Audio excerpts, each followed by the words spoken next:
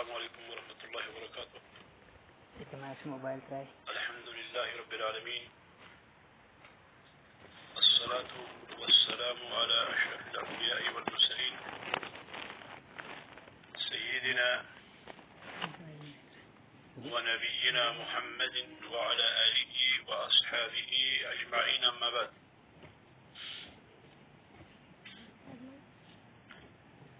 اللهم يا مقلب القلوب ثبت قلوبنا على دينك. اللهم يا مسرف القلوب صرف قلوبنا على طاعتك.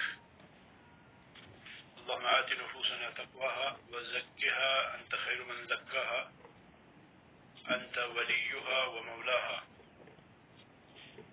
رب اشرح لي صدري ويسر لي أمري واحلل عقدة من لساني يفقهوا قولي. رب زدني علما وربنا تقبل منا إنك أنت السميع العليم.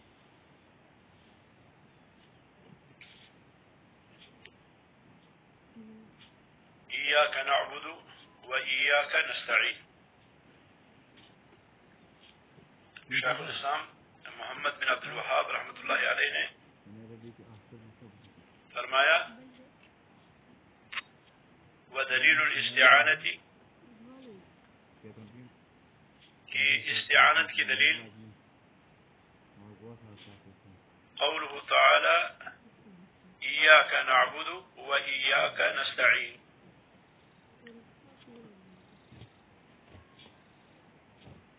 اور وفي الحديث إذا استعنت فاستعن بالله.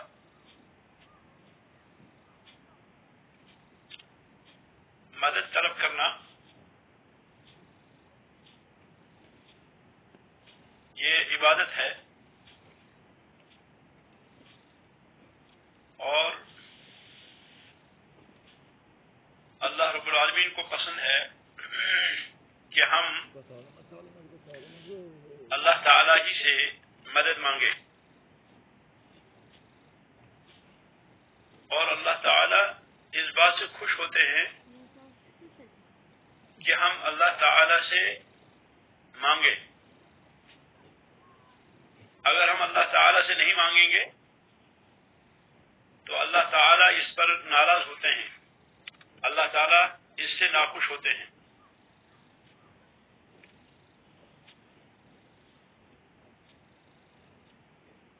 ان الذين يستكبرون عن عبادتي سيدخلون جهنم داخرين. دلیل ہے کہ اللہ رب العالمین اللہ سے نہ مانگنے والوں پہ ناراض ہوں گے, ان پہ غضبناک ہوں گے.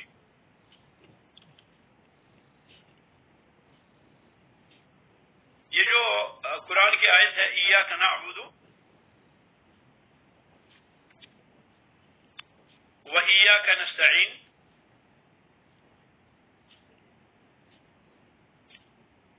اس میں معنی ہے لا نعبد الا انت, کہ ہم عبادت نہیں کریں گے مگر تیری ہی.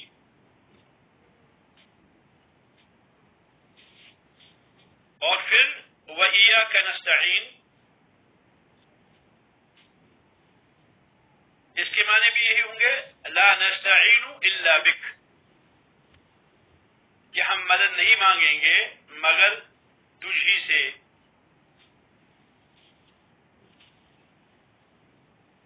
عبادت بھی اللہ کی کرنی ہے اور عبادت پر اللہ تعالیٰ ہی سے توفیق مانگنی ہے کہ ہمیں عبادت کرنے کی توفیق عطا فرما.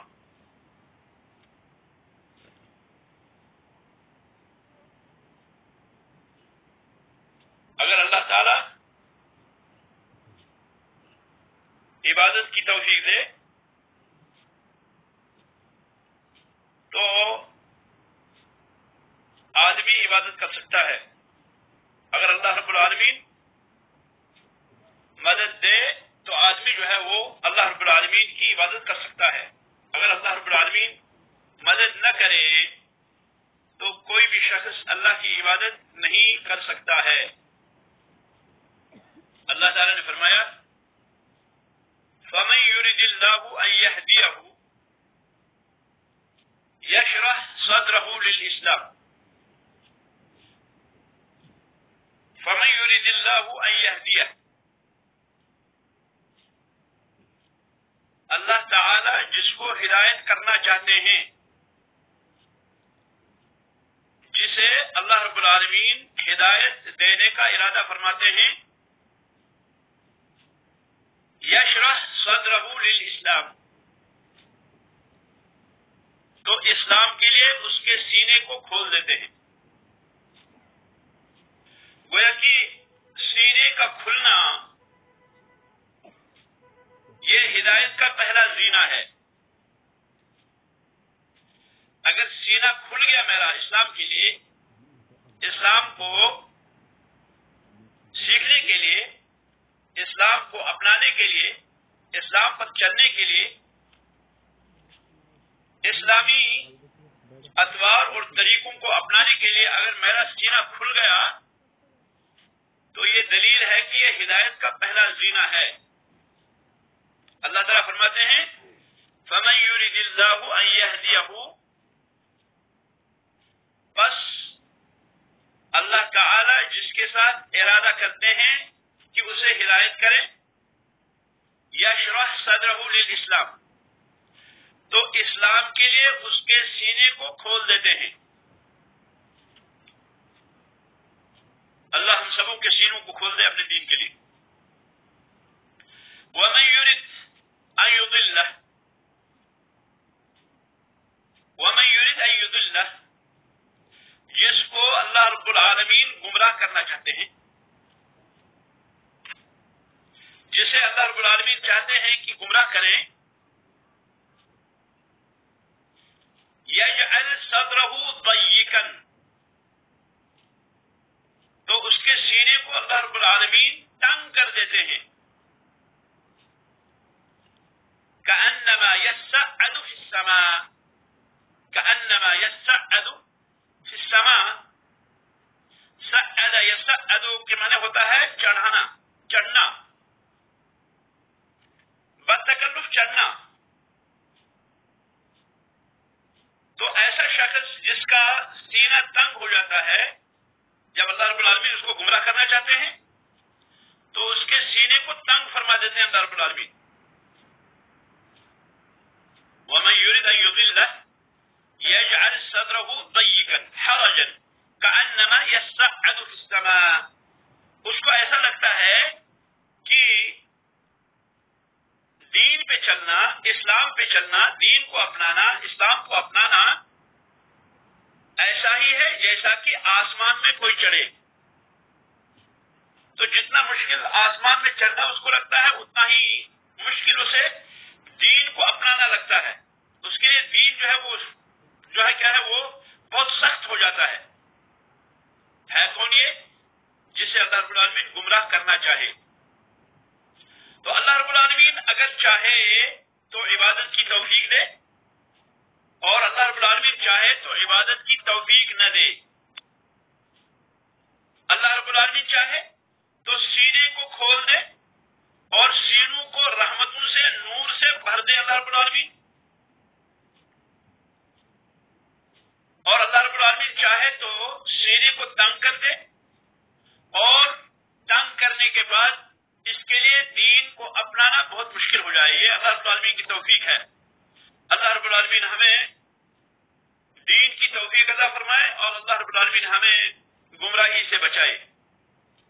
رسول اکرم صلی اللہ علیہ وسلم ہمیشہ ہر خطبے میں کہتے تھے من یہدہ اللہ فلا مضل لہ، من یہدہ اللہ فلا مضل لہ، جسے اللہ رب العالمین ہدایت دے اسے کوئی گمراہ نہیں کر سکتا۔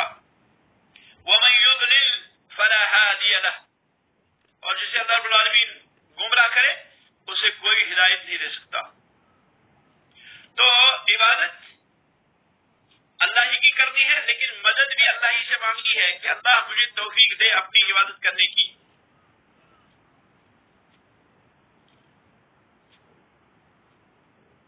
ایاک نعبد و ایاک نستعین، اگر اس کو آپ خلاصہ کہیں سورہ فاتحہ کا تو اس میں کوئی مبالغہ نہیں. یہ سورہ فاتحہ کا خلاصہ ہے. ایاک نعبد، ہم تیری ہی عبادت کرتے ہیں، و ایاک نستعین، اور تجھی سے ہم مدد مانگتے ہیں.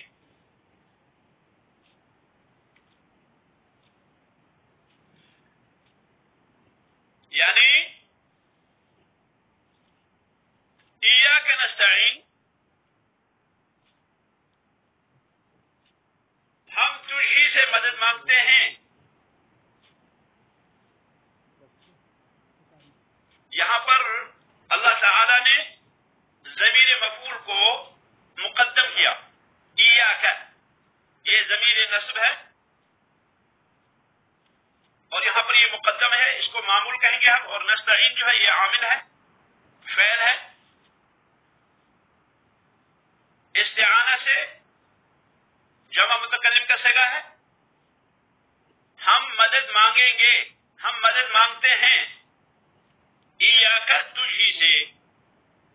تو یہاں بھی یہ معمول مقدم کرنے کا فائدہ جو ہے وہ ہے حصر، وہ ہے قصر، وہ ہے اختصاص. یعنی ہم مدد کے ساتھ تجھی کو خاص کرتے ہیں، ہم تیرے علاوہ کسی اور سے مدد نہیں مانگتے، کیونکہ تیرے علاوہ کوئی اور جو ہے وہ مدد نہیں کر سکتا. تیرے علاوہ کسی اور کے اندر یہ طاقت نہیں کہ وہ کیا کرے، وہ مدد کرے کسی کی. خود اپنی مدد نہیں کر سکتا، دوسروں کی کیا مدد کرے گا کوئی. تو یہاں پر عبادت کا ثبوت ہے، اور یہ کہ عبادت کا اللہ کے علاوہ کسی اور کی طرف پھیرنا جو ہے یہ جائز نہیں ہے، یہ کفر ہے.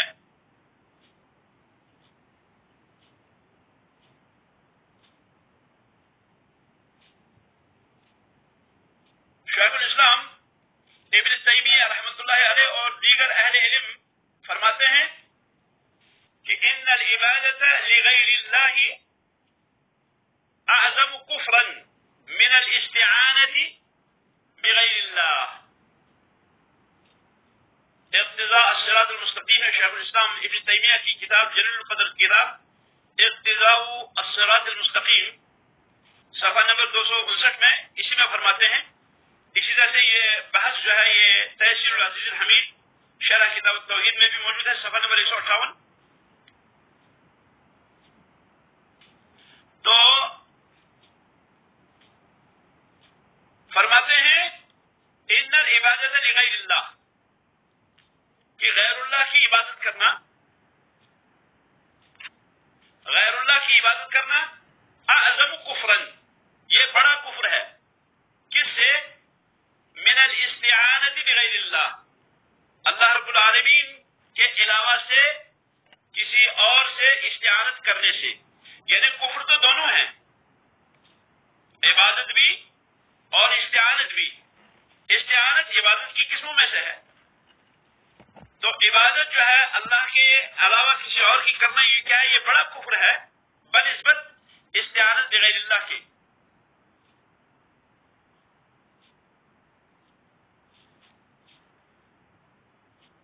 استعانت جو ہے یہ ربوبیت کے جنس سے ہے، استعانت یہ ربوبیت کے جنس سے ہے.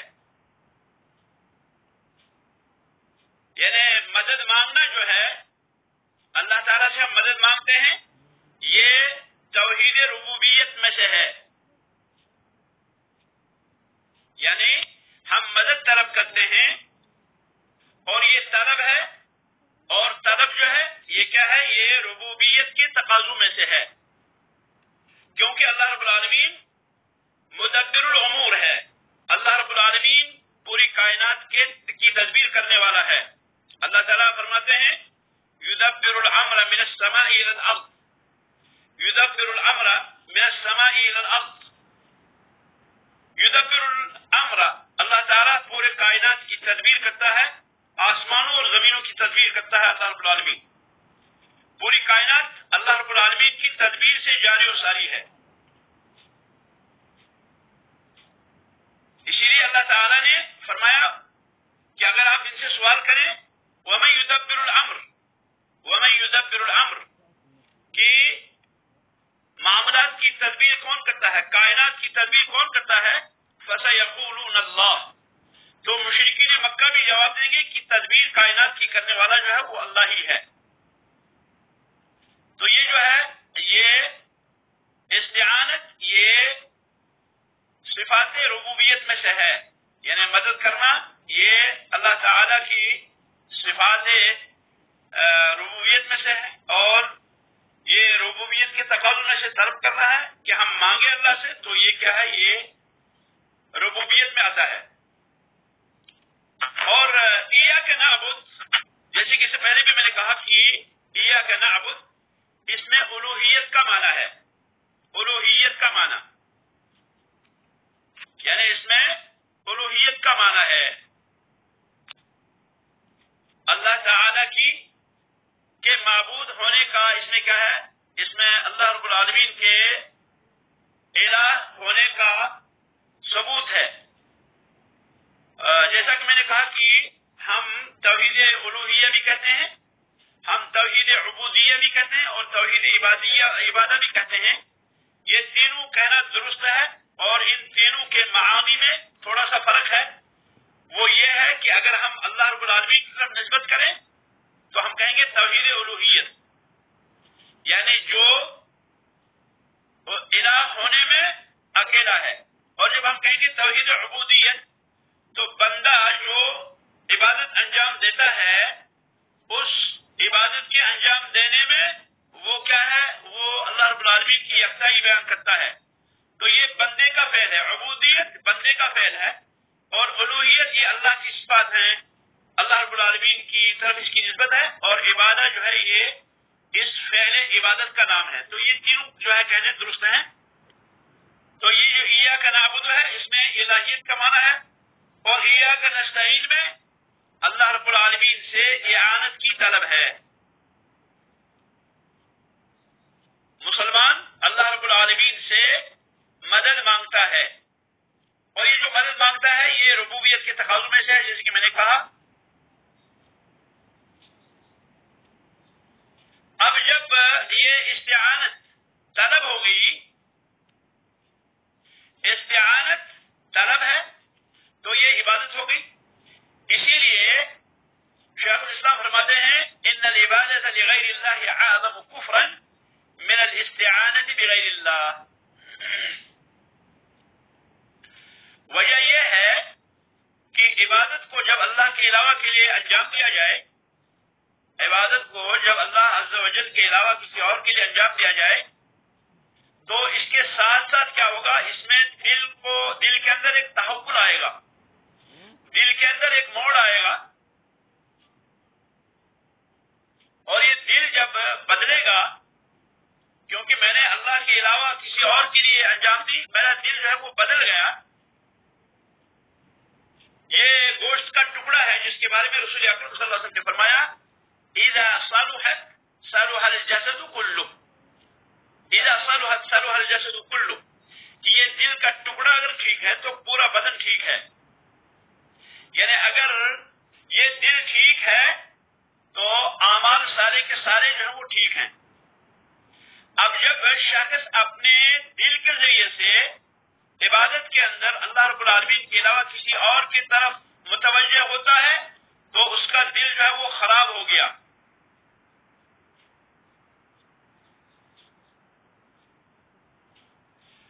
اس میں عبودیت کے تقاضے جو ہیں، ربوبیت کے تقاضے جو ہیں وہ کبھی کبھی جو ہے وہ داخل ہوتے ہیں. تو اسی لیے ہم کہیں گے کہ الہیت کے اندر شرک کرنا،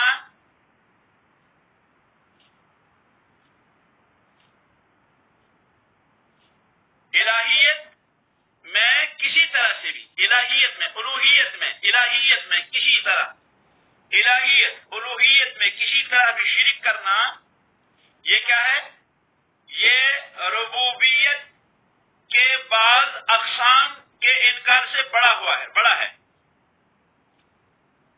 یعنی اگر ہم الوہیت میں کسی بھی طرح، الہیت میں کسی بھی طرح شرک کرتے ہیں تو الوہیت کے اندر کسی بھی طرح کا جو شرک ہے وہ ربوبیت میں شرک کرنے سے بڑا ہے. ربوبیت بھی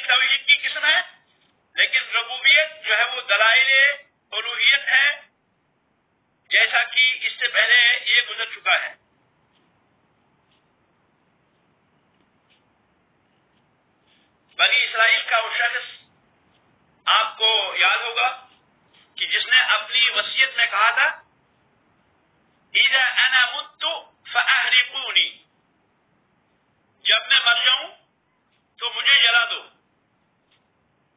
میں مر جاؤں تو مجھے جلا دینا، ثم اطحنونی، پھر مجھے پیسنا، ثم ذرونی، پھر ریح، پھر ہوا میں مجھے پھینک دینا۔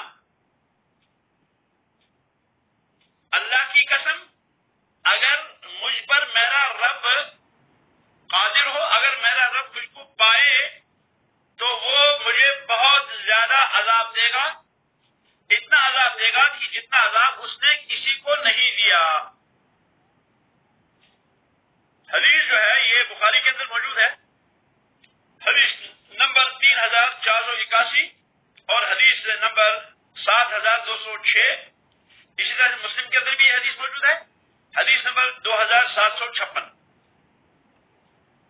تو یہ جو جلانے کا واقعہ کہ اس نے کہا کہ مجھ کو جلا دینا اور پھر جو ہے مجھے پیسنا، پیسنے کے بعد مجھے ہوا میں اڑا دینا، ایسا اس نے کیوں کیا؟ اس نے کیوں کہا؟ اس نے اس لیے کہا تاکہ وہ اللہ رب العالمین سے بچ سکے۔ اس نے کہا اللہ کی قسم اگر اللہ رب العالمین مجھ کو پائے، اللہ رب العالمین سے جب میں ملوں گا تو وہ مجھے سخت ترین عذاب دے گا، اور اللہ تعالیٰ نے اس کو مغفرت کر دی، اس کی مغفرت کر دی۔ کیوں؟ اس لیے کہ اس نے قدرت کے بعض پہلو میں شک کیا، اور یہ ربوبیت کے معنی کی طرف جاتا ہے، گویا کہ ربوبیت کے معنی میں اس میں نقص تھا، اس نقص کو اللہ تعالیٰ نے معاف کیا، لیکن اس کے برعکس عبودیت میں، توحید الوہیت میں وہ پکا تھا، اس لیے اللہ رب العالمین نے اس کی مغفرت فرمائی۔ یا اسی طرح سے اللہ تعالیٰ نے عیسیٰ علیہ السلام کے حواری، عیسیٰ علیہ السلام کے جو ساتھی تھے ان کے بارے میں کہا کہ انہوں نے کہا هل يستطيع ربك ان ينزل علينا مائدة من السماء، سورۃ مائدہ آیت نمبر 112، کہ انہوں نے عیسیٰ علیہ السلام سے کہا کیا آپ کے رب کو طاقت ہے ان ينزل علينا مائدة من السماء، کہ ہم پر اللہ رب العالمین آسمان سے خوان نازل کرے،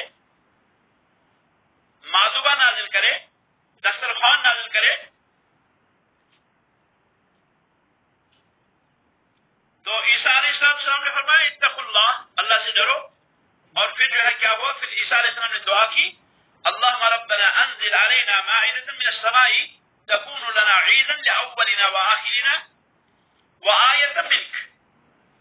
تو ان کی دعا جو ہے، جنہوں نے یہ کہا کیا آپ کے رب کو طاقت ہے کہ وہ ہم پر آسمان سے جو ہے مائدہ اتارے، دسترخوان نازل کرے، ان کی جو ہے دعا کو سنا گیا، اور اس کلمے پر، جو کلمہ انہوں نے کہا کہ اللہ رب العالمین کو طاقت ہے، اس کلمے پر ان کا مواخذہ نہیں ہوا، کیونکہ یہ قدرت کے بعض پہلوؤں کا میں شک تھا، اور یہ ربوبیت کے بعض تقاضوں میں کیا ہے؟ شک کی قبیل میں آتا ہے۔ رہی عبادت لغیر اللہ، رہی اللہ کے علاوہ عبادت کسی اور کی کرنا، تو اللہ رب العالمین قبول ہی نہیں کریں گے کہ اللہ رب العالمین کے علاوہ عبادت کسی اور کی جائے، یا عبادت کی کوئی قسم اللہ کے علاوہ کسی اور کی طرف پھیری جائے۔ اللہ تعالیٰ فرماتے ہیں ان اللہ لا یغفر ان یشرک به ویغفر ما دون ذلک لمن یشاء، سورۃ النساء آیت نمبر 116، کہ اللہ تعالیٰ معاف نہیں کرتے اس بات کو کہ اس کے ساتھ شریک ٹھہرایا جائے، اور اس کے علاوہ اللہ رب العالمین جس کو چاہتے ہیں اسے معاف کرتے ہیں۔ یعنی ایک شخص جو ہے وہ شرک کرتے کرتے توبہ کے بغیر مر گیا تو اس کی مغفرت نہیں ہوگی، اگر اس نے توبہ کی تو اللہ رب العالمین جو ہے شرک کو بھی معاف کرے گا، اللہ رب العالمین کفر کو بھی معاف کرے گا، اللہ رب العالمین سارے گناہوں کو معاف کرے گا اگر آدمی توبہ کرتا ہے۔ لیکن دوسرا آدمی ایسا ہے کہ وہ شرک کرتے کرتے اس دنیا سے چلا گیا اس کو توفیق ہی نہیں ملی کہ وہ کیا ہے وہ توبہ کرے، تو ایسے شخص کے لیے کیا ہے اللہ تعالیٰ اس کے شرک کو توبہ کے بغیر معاف نہیں فرمائیں گے، اور اس کے علاوہ جو اور گناہ ہیں انہیں اللہ چاہے تو معاف کرے. یعنی اس کے علاوہ شرک کے علاوہ جو اور گناہ ہیں، شرک کے علاوہ اور جو گناہ ہیں وہ گناہ تحت المشیئہ ہیں. یعنی ایک شخص گناہ کرتا تھا، گناہ کرتے کرتے مر گیا، توبہ کی توفیق نہیں ہوئی، تو وہ تحت المشیئہ ہے، وہ اللہ رب العالمین کی مشیت کے تحت ہے. اللہ رب العالمین عادل ہے، اللہ رب العالمین چاہے تو اسے کیا کرے، اسے گناہوں کے مطابق سزا دے اور پھر اسے جنت میں داخل کرے، اور اللہ رب العالمین چاہے تو اس کے گناہوں کو مطلقاً معاف کر دے اور اسے سیدھا وہ جنت میں داخل کرے، کیونکہ یہ شخص جو ہے موحد تھا، یہ اللہ رب العالمین کو الوہیت میں ایک جانتا تھا. عیسیٰ علیہ السلام نے اپنی قوم سے کہا اعبدوا اللہ ربی وربکم، اعبدوا اللہ ربی وربکم، تم عبادت کرو اللہ کی. کس اللہ کی؟ تعارف ہے اللہ کا، ربی جو میرا رب ہے، وربکم اور جو تمہارا رب ہے. یہاں پر اللہ تعالی نے دلیل دی الوہیت کی، ربوبیت. اعبدوا اللہ، اللہ کی عبادت کرو. کیوں عبادت کرو اللہ کی؟ اس لیے کہ وہ میرا رب ہے اور وہ تمہارا رب ہے. تو رب ہونا یہ دلیل ہے کس کی؟ کہ وہی عبادت کے قابل ہے. اس کے بعد فرمایا انہ من یشرک باللہ، کہ جو شخص اللہ کے ساتھ شریک ٹھہرائے گا، فقد حرم اللہ علیہ الجنہ، تو اللہ رب العالمین اس پر کیا ہے، جنت کو حرام کر دیتے ہیں. حرم اللہ علیہ الجنہ، اللہ رب العالمین اس پر جنت کو حرام کر دیتے ہیں. ومأواہ النار، اور اس کا ٹھکانہ جہنم ہے. وما للظالمین من انصار، اور ظالموں کا کوئی مددگار نہیں ہے. سورہ مائدہ آیت نمبر 72. اللہ تعالیٰ نے عیسیٰ علیہ السلام سے سورت کے آخر میں فرمایا، سورت مائدہ کے آخر میں فرمایا وَإِذْ قَالَ اللَّهُ يَا عِيسَى ابْنَ مَرْيَمَ أَأَنْتَ قُلْتَ لِلنَّاسِ اتَّخِذُونِي وَأُمِّيَ إِلَٰهَيْنِ مِن دُونِ اللَّهِ قَالَ سُبْحَانَكَ مَا يَكُونُ لِي أَنْ أَقُولَ مَا لَيْسَ لِي بِحَقٍّ إِن كُنتُ قُلْتُهُ فَقَدْ عَلِمْتَهُ تَعْلَمُ مَا فِي نَفْسِي وَلَا أَعْلَمُ مَا فِي نَفْسِكَ إِنَّكَ أَنْتَ عَلَّامُ الْغُيُوبِ ما قلت لهم إلا ما أمرتني به أن اعبدوا الله ربي وربكم. عیسیٰ علیہ السلام سے جب اللہ کہیں گے أأنت قلت للناس، کیا آپ نے لوگوں سے کہا تھا اتخذونی وأمی، کہ مجھے اور میری ماں کو تم کیا کرو، الہین من دون اللہ، دو معبود بناؤ اللہ کے علاوہ. وہ جواب دیں گے الہی تو پاک ہے، یہ کیسے میرے لیے ممکن تھا کہ میں وہ بات کہوں جس کا مجھے حق نہیں. اگر میں نے یہ بات کہی ہو تو آپ اس کو جانتے ہیں، آپ جانتے ہیں جو میرے دل میں ہے، اور میں نہیں جانتا جو آپ کے پاس ہے. بے شک کہ آپ غیبوں کو جاننے والے ہیں.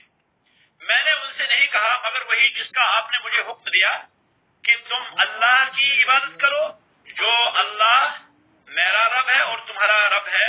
آیت نمبر 116 117 سورہ مائدہ کی. تو گویا کہ شیخ الاسلام رحمۃ اللہ نے جو یہ بات کہی کہ ان العبادۃ لغیر اللہ اعظم، کہ اللہ کے علاوہ کسی اور کی عبادت کرنا یہ بڑا کفر ہے بنسبت اللہ رب العالمین کے علاوہ کسی اور سے استعانت کے، کسی اور سے مدد مانگنے کے. یعنی کسی اور سے مدد مانگنے کی بنسبت ہے تو یہ بھی کفر کہ ہم اللہ رب العالمین کے علاوہ کسی اور سے مدد مانگے، لیکن اگر ہم اللہ کے علاوہ کسی اور کی عبادت کریں تو یہ جو ہے زیادہ بڑا کفر ہے، یہ بڑا کفر ہے.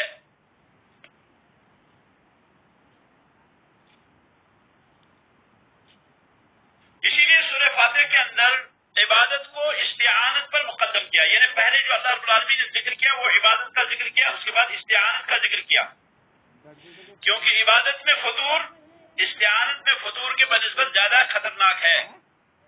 کیونکہ عبادت کی شان بڑھ کر ہے اور زیادہ خطرناک ہے، کیونکہ عبادت کی بنیاد پر ابتلا واقع ہوا. ابتلا واقع ہوا یعنی عبادت کی وجہ سے آزمائش ہوئی کائنات کی. یعنی کائنات کو جو آزمایا جائے گا وہ عبادت سے آزمایا جائے گا، کون عبادت کرتا ہے اور کون نہیں کرتا. کس نے عبادت کی، کس نے عبادت نہیں کی؟ جس نے عبادت کی وہ کامیاب ہوا، جس نے عبادت نہیں کی وہ ناکام ہوا۔ جس نے عبادت کی وہ انبیاء کے مشن پہ چلا، جس نے عبادت نہیں کی وہ انبیاء کے مشن سے ہٹا۔ جس نے عبادت کی اس نے مقصد تخلیق کو پورا کیا، جس نے عبادت کو نہیں انجام دیا اس نے کیا ہے، اس نے مقصد تخلیق سے وہ شخص رہ گیا۔ تو یہ آزمائش ہے بہت بڑی، کون عبادت کرتا ہے کون نہیں کرتا ہے۔ اللہ رب العالمین نے اسباب عطا فرمایا، اللہ رب العالمین نے دلائل بیان فرمائے اور پھر آزمایا تاکہ آزمائے کہ کون میری عبادت کرتا ہے اور کون نہیں کرتا۔ اسی لیے اہل ایمان کو چاہیے کہ وہ اخلاص پر توجہ دیں، وہ للہیت پر توجہ دیں، وہ صرف اور صرف اللہ کے لیے عبادت کرنا سیکھیں۔ اہل ایمان کو چاہیے کہ وہ کیا کریں، وہ صرف اور صرف اللہ کی عبادت کرنا سیکھیں۔ اپنی عبادتوں میں، اپنی عبودیت میں صرف اللہ رب العالمین کی طرف وہ متوجہ ہوں اور اللہ رب العالمین کے علاوہ کسی اور کی طرف متوجہ نہ ہوں۔ اس آیت کے بعد شیخ الاسلام محمد بن عبد الوہاب رحمۃ اللہ علیہ نے حدیث لائی دلیل کے طور پر کہ استعانہ جو ہے یہ کیا ہے، استعانہ یہ جو ہے عبادت کی اقسام میں سے ہے۔ چنانچہ فرماتے ہیں شیخ رحمہ اللہ وفی الحدیث، حدیث کے اندر ہے اذا استعنت فاستعن باللہ، جب تم مدد مانگو تو اللہ سے مدد مانگو۔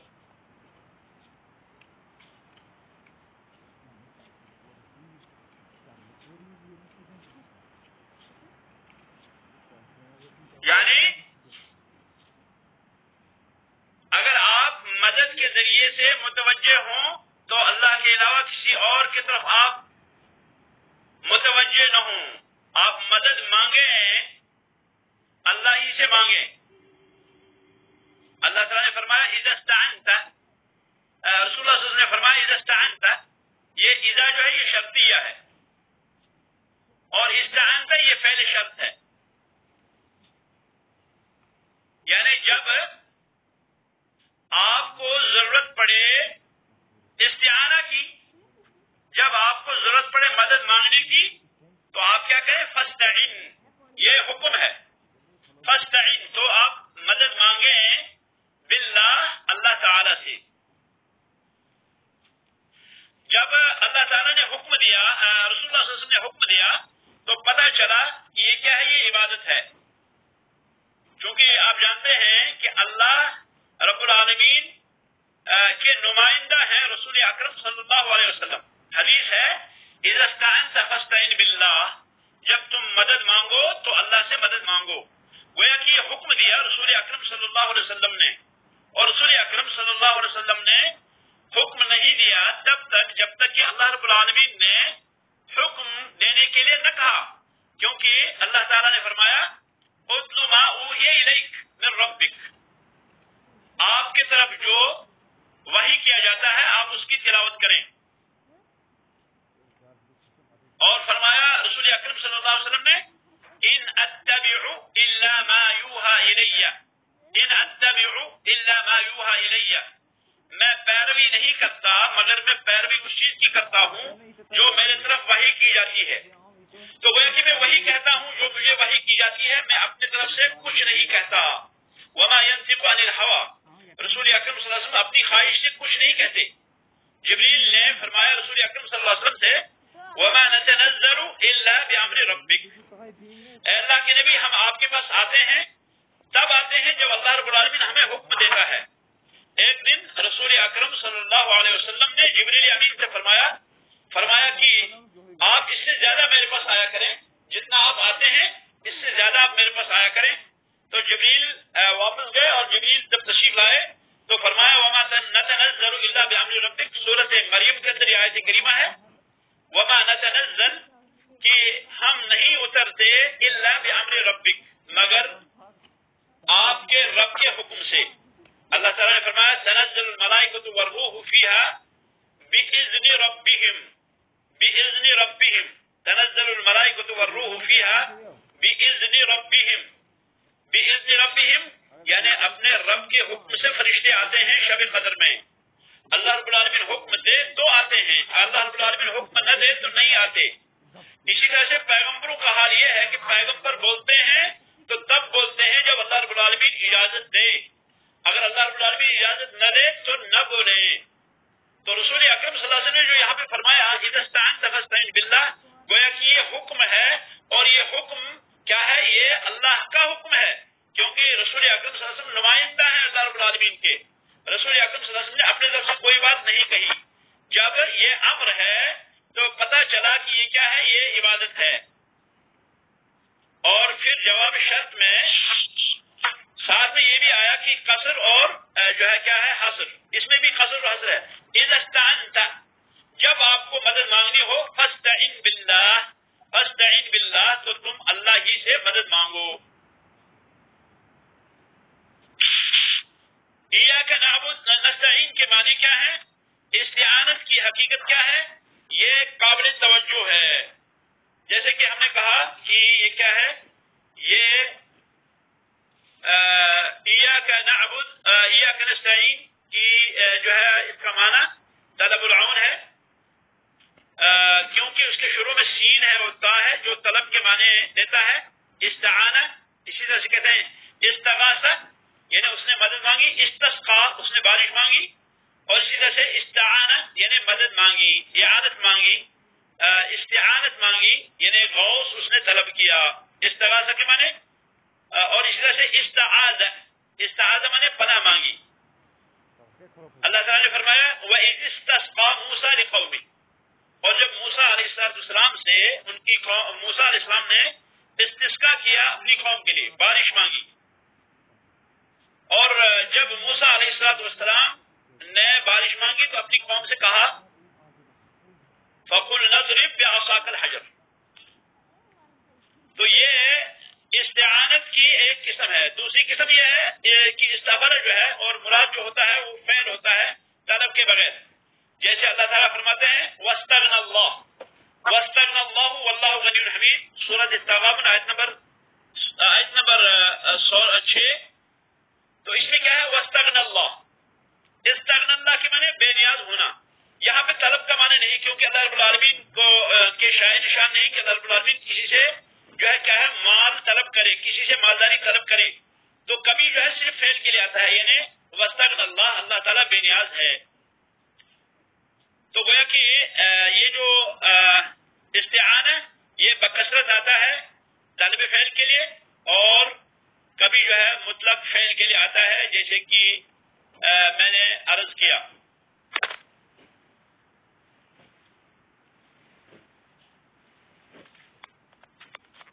اب جب اس میں طلب کا معنی ہے تو یہ کیا ہے؟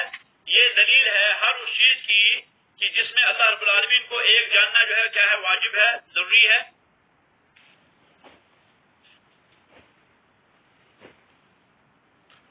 اللہ تعالیٰ نے فرمایا وَقَالَ رَبُّكُمُ ادْعُونِي أَسْتَجِبْ لَكُمْ، کہ تمہارے رب نے فرمایا تم مجھے پکارو میں تمہاری دعا قبول کروں گا۔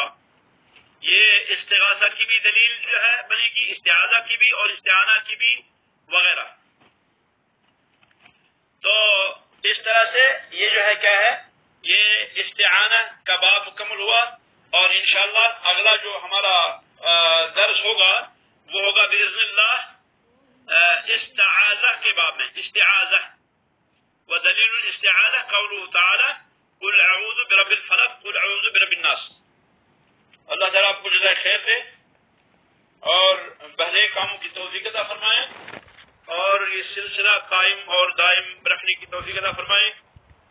اللہ رب العالمین ہماری خطاؤں سے درگزر فرمائے، ہماری زلات سے، ہماری کوتاہیوں سے درگزر فرمائے۔ وصلی اللہ وسلم وبارک علی نبینا محمد وعلى آلہ واصحابہ اجمعین، والسلام علیکم ورحمۃ اللہ وبرکاتہ۔